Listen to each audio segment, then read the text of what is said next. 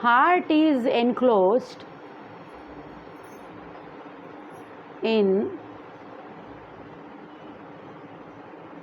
membranous sac, pericardium.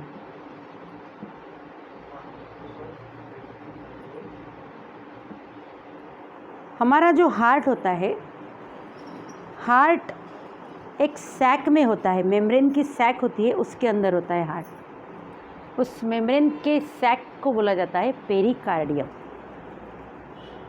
जैसे कि ये हमारा हार्ट है, अगर हम ऐसे मान ले, कंसिडर करेंगे ये हार्ट है, तो हार्ट के ऊपर कवरिंग होता है। हार्ट के ऊपर जो कवरिंग होता है वो मेम्ब्रेन से बना हुआ होता है, तो इसीलिए इसे बोलते हैं मेम्ब्रेनस। सैक जैसा होता है, इसलिए उसे बोलते हैं मेम्ब्रेनस सैक।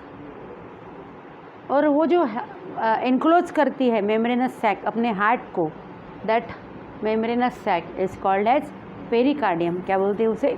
पेरिकार्डियम। लेकिन ये जो पेरिकार्डियम है, इसके 2 लेयर्स होते हैं। कितने लेयर्स होते हैं पेरिकार्डियम के? 2।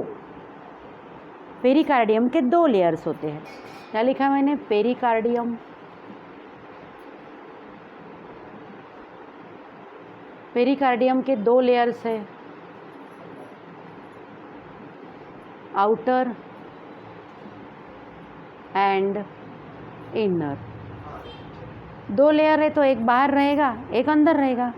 आउटर लेयर को बोला जाता है फाइब्रस। आउटर लेयर को क्या बोला जाता है? Fibrous pericardium. इनर लेयर को बोला जाता है serous pericardium.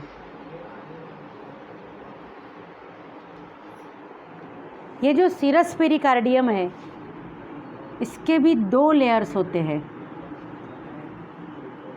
Parietal and visceral. Diagram में ही पढ़ेंगे।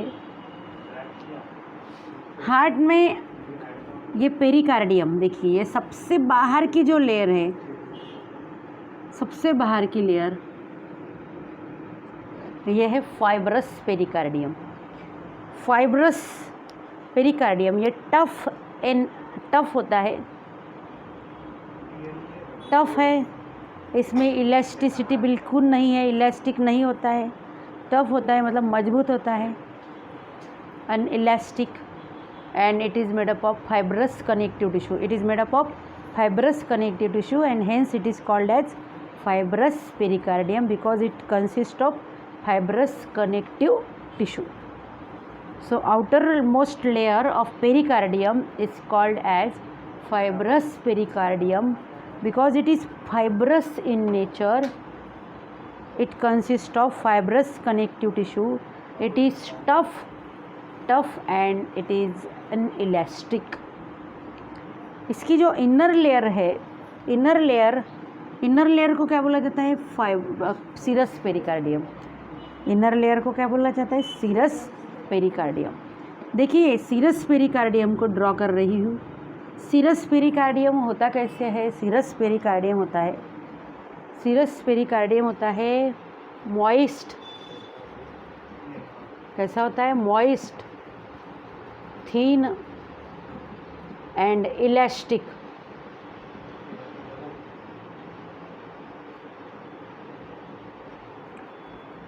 सीरस पेरिकार्डियम कैसा है? मॉइस्ट है, थीन है मतलब पतला है एकदम, एंड इलास्टिक है, इलास्टिसिटी है उसमें।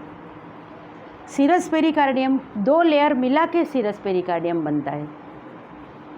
2 लेयर मिला के क्या बनता है? Serous pericardium. देखिए सीरस पेरिकार्डियम की ये लेयर देखिए,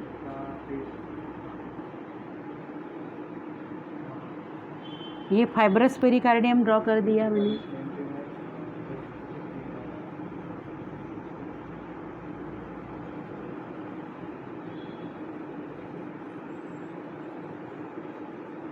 ये फाइब्रस पेरिकार्डियम है।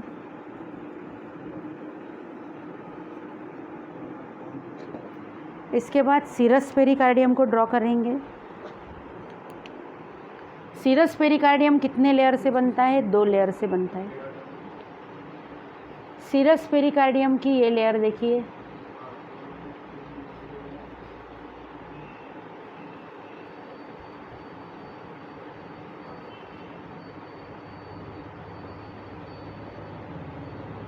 जो मैंने रेड कलर से ड्रॉ की है। सीरस पेरिकार्डियम की ये जो लेयर है, it is called as parietal layer, इसे बोलेंगे पराइटल।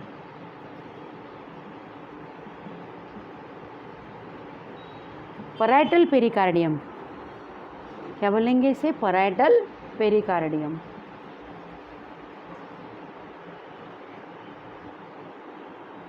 इसके बाद ये दूसरी लेयर,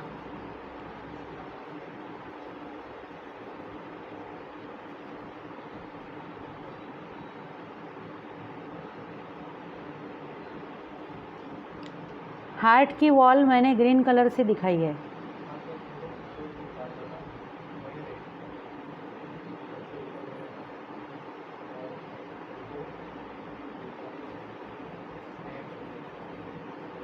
ये हार्ट की वॉल है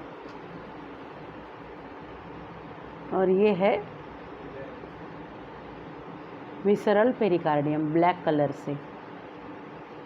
विसरल पेरिकार्डियम हार्ट के वॉल को बिल्कुल चिपक के है, दिख रहा है ना। अब देखते हैं फाइब्रस पेरिकार्डियम का बता दिया, ये आउटर मोस्ट लेयर है पेरिकार्डियम की। कैसी है? थिन है, टफ है, फाइब्रस है, इनइलास्टिक है। दूसरी लेयर कौन सी है? Serous pericardium. सीरस पेरिकार्डियम कितने लेयर से बना है? खुद 2 लेयर मिला के सीरस पेरिकार्डियम बनता है।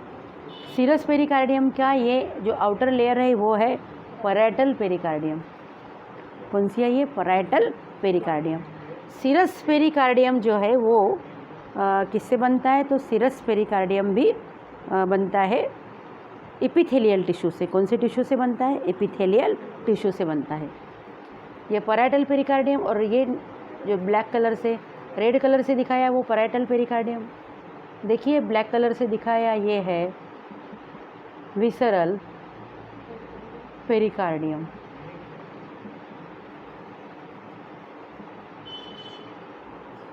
इस तरह से दोनों को मिला के parietal pericardium and visceral pericardium 2 layer मिल के जो बना वो है सीरस पेरिकार्डियम, वो बना serous pericardium. Visceral parietal pericardium and visceral pericardium के बीच में हमें स्पेस दिख रही है स्पेस, देखिए दिख रही, ये स्पेस दिख रही। Parietal pericardium and visceral pericardium के बीच में जो स्पेस है ये है pericardial space. This is called pericardial space. इसे पेरिकार्डियल स्पेस बोला जाता है। इस पेरिकार्डियल स्पेस में एक लिक्विड होता है, वो लिक्विड है पेरिकार्डियल फ्लूइड। इसका नाम है पेरिकार्डियल फ्लूइड। कितना होता है पेरिकार्डियल फ्लूइड? उसकी क्वांटिटी होती है 50 ml। पेरिकार्डियल फ्लूइड की क्वांटिटी है 50 ml। यहाँ पर ये जो पेरिकार्डियल फ्लूइड है, पेरिकार्डियल फ्लूइड ये शॉक एब्जॉर्बर है। क्या है ये? Shock absorber. शॉक एब्जॉर्बर का मतलब ये है कि ये जो पेरिकार्डियल फ्लूइड है ये हार्ट को मैकेनिकल इंजुरी से बचाता है। It prevent the heart from external shocks और मैकेनिकल इंजुरी जब कभी भी मार लगता है तो सबसे पहले जो भी वार है वो कहा जाएगा, सबसे पहले जाएगा वो फाइब्रस पेरिकार्डियम के ऊपर, फिर उसकी ज़्यादा इंटेंसिटी होगी, फिर आएगा वो parietal pericardium. Fibrous pericardium damage होगा अगर बहुत ज़्यादा उसकी इंटेंसिटी है शॉक की, तो पराइटल पेरिकार्डियम डैमेज होगा। उससे भी ज़्यादा इंटेंसिटी है तो विसरल पेरिकार्डियम डैमेज होगा, लेकिन इजीली हार्ट को कुछ इंजरी नहीं हो सकती, क्योंकि हार्ट के ऊपर क्या है, हार्ट के ऊपर ये मेम्ब्रेनस सैक है पेरिकार्डियम, जो हार्ट को प्रोटेक्ट करता है। क्या करता है वो? हार्ट को प्रोटेक्ट करता है। तो ये जो पेरिकार्डियल फ्लूइड है उसका काम क्या है? It protect the heart from mechanical injury, मार नहीं लगने देगा हार्ट को। और क्या काम है पेरिकार्डियल फ्लूइड का? Pericardial fluid as a lubricant है। किसका काम करता है वो? एज अ ल्यूब्रिकेंट, ल्यूब्रिकेट करता है वो हार्ट को, एज अ ल्यूब्रिकेंट है। इसके बाद हार्ट को वो मॉइस्ट रखता है। It keeps heart moist. इसके बाद इसका तीसरा फंक्शन है protect heart from mechanical injury.